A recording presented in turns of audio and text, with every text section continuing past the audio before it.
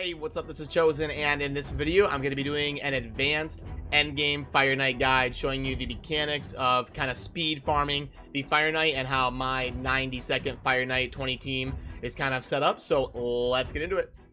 Alrighty, so first of all, on my channel, like 8 or 9 months ago, I did a Fire Knight dungeon basics guide. Back when I wasn't even doing stage 20 yet, just to kind of walk people through the basics. And Raid was a much newer game back then, so there was a lot more people kind of in the early stages of the Fire Knight and all the dungeons in general. Now, you know, in that video, I promised to do a more advanced guide when I got a hammered down, min-maxed, really good endgame stage 20 team functioning, and I believe I'm to that point now. I've been running the same team for a while now, and I can really speed run the Fire Knight in about 90 seconds or so. Figured it was a good time to crank this out because it is during a Fire Knight event. There is a Fire Knight tournament, and just kind of a general tip in these tournaments, if you're wondering about the point structure, typically if you're doing stage 20, you'll get about 17 or 18 points a run depending on some RNG and kind of how things shake out. So you're gonna get just a little bit more points than energy spent. So for my 1484 points, I probably spent about 13 to 1350 energy, somewhere in there, because you're going to average about 17 or 18 points per run, somewhere between 1200 and 1350 energy, depending on a little bit of RNG, is probably the amount of points or energy that I spent to acquire that.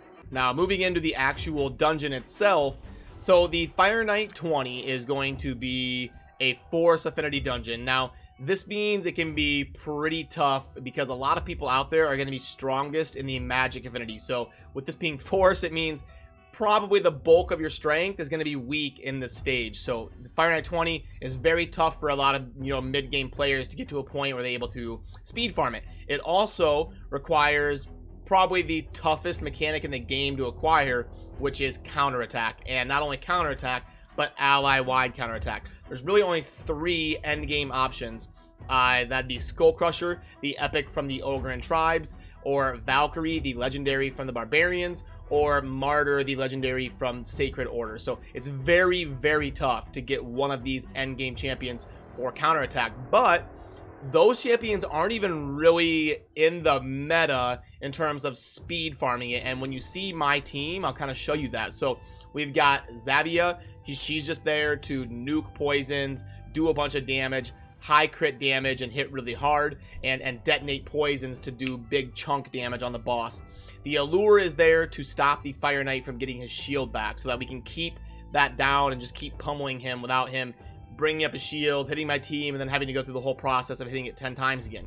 Cold Heart is double S tier for the Fire Knight. She has a 4-hit A1, so she's gonna smash down that shield whenever she needs to. She's got a turn meter, a full 100% turn meter reduction. She's just gonna slam and reset the turn meter so that can come in really clutch, and it hits extremely hard. So she's gonna hit hard, do heal reduction, so if they do get a turn, so the Fire Knight does get a turn back, the heal reduction comes in clutch. She's got the clutch turn meter reduction, and she hits really hard, and she's void, so she's not weak. So, and she's the best rare in the game for the Fire Knight. And then we've got Arbiter. You get her from the missions in the end game. She's obviously going to be very good. Her role is to buff the attack of like the Zavia, the Cold Heart, the Allure, and the Draco. She buffs the attack of the whole team. And the main function of her in this team is to revive, so I have the consistency in my run. There's many runs where a Cold Heart or an Allure will die, and I need the Arbiter to bring them back up so I can keep going forward with my run. The Dracomorph is obviously one of the best debuffers in the game. He's going to lower the defense and place a weaken, and then he's also going to place a bunch of poisons to synergize with my Zavia to go ahead and detonate and smash the boss down as fast as possible. So that's kind of the explanation of how the team functions and why it's set up the way it is. I'll show you the gear and the stats and all that here in a little bit, but first I'll just show you kind of what a typical end game Fire Knight run looks like. And I don't even need counterattack because of the Allure and the Cold Heart able to stop the Fire Knight from ever getting a turn. So typically in the end game, you're going to want to be below like 2 minutes on your Fire Knight runs. My good runs will be about 1:15, and my bad runs will be about 1:45. My average is somewhere about 1:30 or 1:35, somewhere in there. Now, it does have a 100% win rate. I've never seen this team fail. I've seen it come close and you know, out of 1,000 runs, you just have that one run where everything goes wrong. I've seen a couple champs die and my Arbiter fall behind on the revives, and I've seen it take 2.5 minutes. But in terms of failing, never. It's a 100% win rate.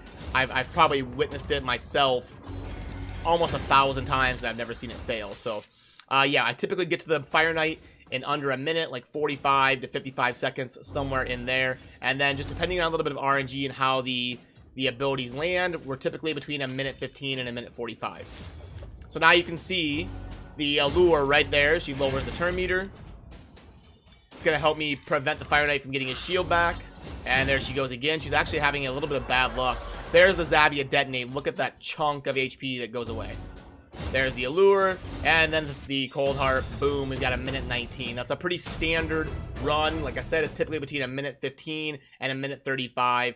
And that's kind of the general philosophy of the team and what it looks like in the end game. And if you're able to get to under a minute 30, your Fire Knight team is very optimized. So now let me go ahead and show you the gearing process and what the champions kind of look like.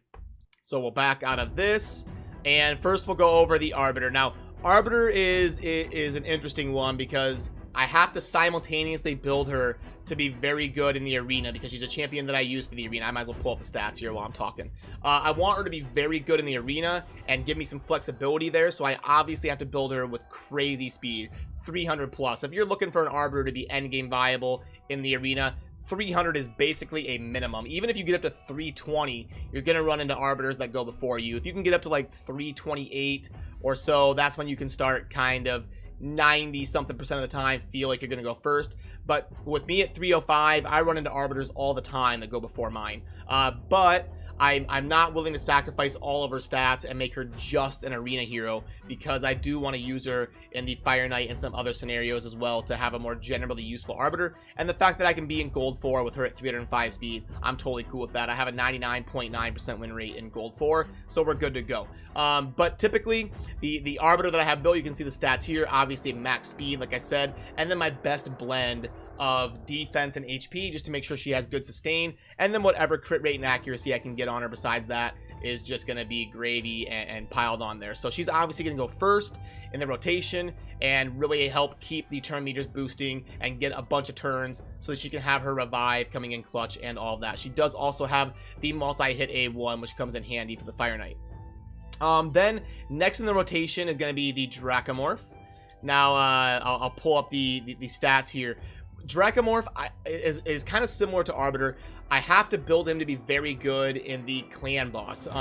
So I have to, the priority is the clan boss. Everything else is kind of secondary. So this is kind of my build for him in the clan boss. And by the way, all of these champions will have I have a dedicated video guide on every single champion in this Fire Knight team on my channel. So if you want to see an in-depth 10 to 15 minute discussion on a certain champion, you can go ahead and pull that up. But this is just kind of the general overview. He's built for the clan boss, and then I kind of build around that to bring his debuffing and poisoning to my Fire Knight team as well. Okay, so then we will go into Xavia.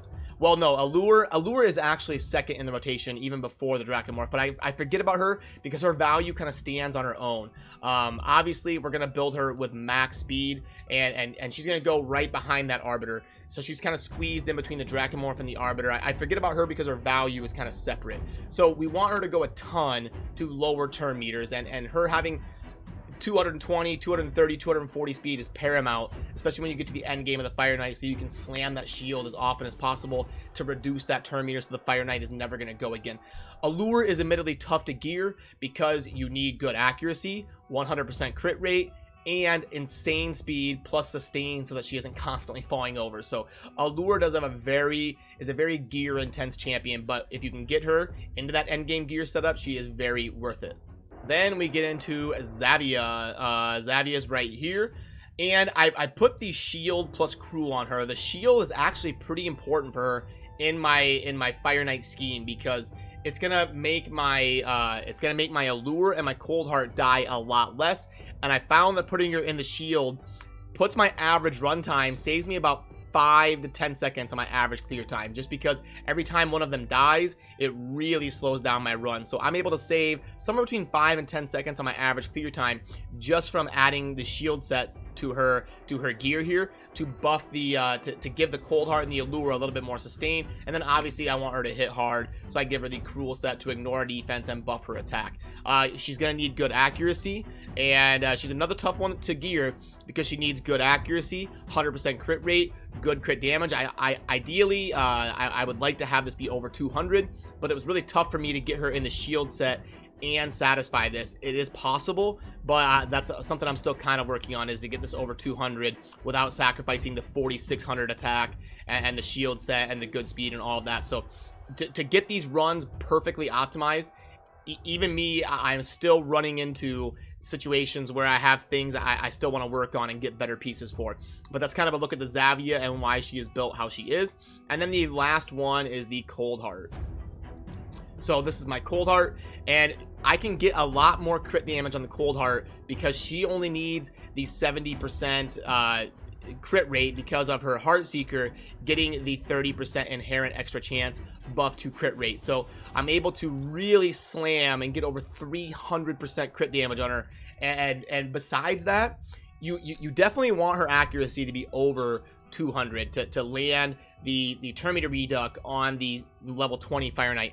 Ideally, I want to get this up to actually like 230 or 240, but it's tough. Again, a lot of these things are hard to min-max to that level because I want to maintain the 300% crit damage. I want to keep the 178, 180 speed and the good attack and all of that, while also getting her enough defense and HP to not just fall over constantly. So similar, you know, you're starting to see a trend. A lot of these champions in the end game, it can be hard to min-max their gear and get it perfectly how you want it. There's a bunch of different kind of checkpoints that you have to meet in order to get everything to kind of come together and work super well. And you're looking for average clear time discrepancies. Like I said, the shield set with Xavia is something that I kind of noticed through trial and error, is with or without it, I actually found my clear time, my average clear time over the course of a decent sample size would be a lot better with her having the shield set on. So when you get into the end game, those are the type of optimization choices you're going to have to be kind of trying out, and it can get a little bit expensive in terms of moving gear around and all that. So that's why I try to make videos like this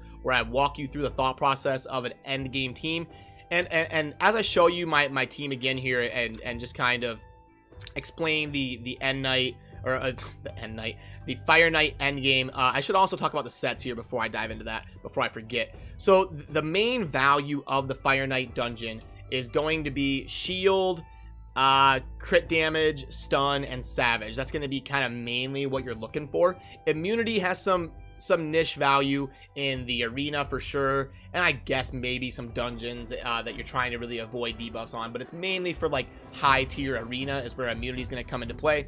Curing and Fury, Frenzy, Regen are mostly trash. I mean, sure, I'm sure there's somebody in the comment section that's going to say, no, I have found a use for the Frenzy set, and I totally get it. I understand that. It is possible, but in general, you're definitely looking for Savage, Stun, Crit Damage, and Shield is what, you know, 99% of the people are going to be hoping for out of these runs. So yeah, as I dive in to kind of show you how the team performs again, even though this is something down the road for a lot of you, and you're like, oh, I probably don't have these legendary champions you're using. It's seeing what's out there in the end game is something I like for you guys to kind of see and understand, is kind of the thought process of where you can get to someday when you do have champions, and you'll have a better understanding of how the thought process goes in terms of building teams for the end game. And if you see how I optimize it and kind of the thought process involved and the gearing and all that and the decisions that have to be made, like on Dracomorph, I don't want to strip him down of being good in the clan boss just so that I can optimize my Fire Knight team. So that's something I have to work around. Dracomorph, the priority is how he performs my clan boss team. And then I kind of have to build my speed tuning and things around that, because he is one of my main staples in the clan boss. So keeping him geared for that priority is going to be the #1 thing on my mind. And then I'm kind of building everything else around him so that I can squeeze him and his poisons and his debuffing into my Fire Knight team, and then build the Allure, the Cold Heart, the Arbiter. The Arbiter, I have to obviously prioritize the arena as well. So between her and Draco, I have to kind of build around them, and that's kind of the thought process that goes into to the end game kind of team here. And there we see a minute 16, very consistent. The other run was right around there, and I'm typically going to be in that minute 15 to minute 40 range, depending on some RNG. Crit rate and accuracy, that's worth rolling to level 12 to see if I get a speed roll on it, so why not? So, yeah, I didn't dive into, like, all the masteries and everything. I do have guides on every single one of these champions on my channel. I guess really quick, I'll show you, just in case you want to see. I'll bring it up real quick so you can pause it if you want to look. This is the Dracomorph masteries that I currently have in this team. The Zavia masteries that I currently have in this team. The Giant Slayers to get the procs against the Fire Knight. The Arbiter. This is the current masteries. Again, I went with the War Master to help get those procs on the Fire Knight to speed up the runs a little bit, just by a few seconds on my average clear time. And then the Cold Heart masteries that I'm going with is right here.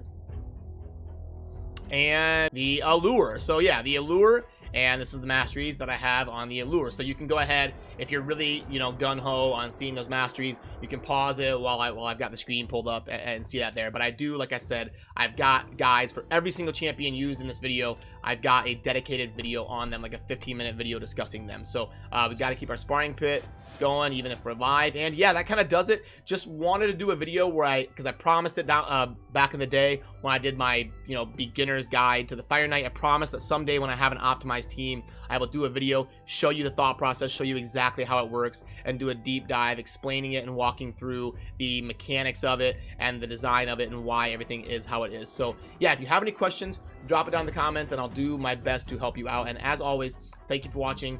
Have a good rest of your day. Peace.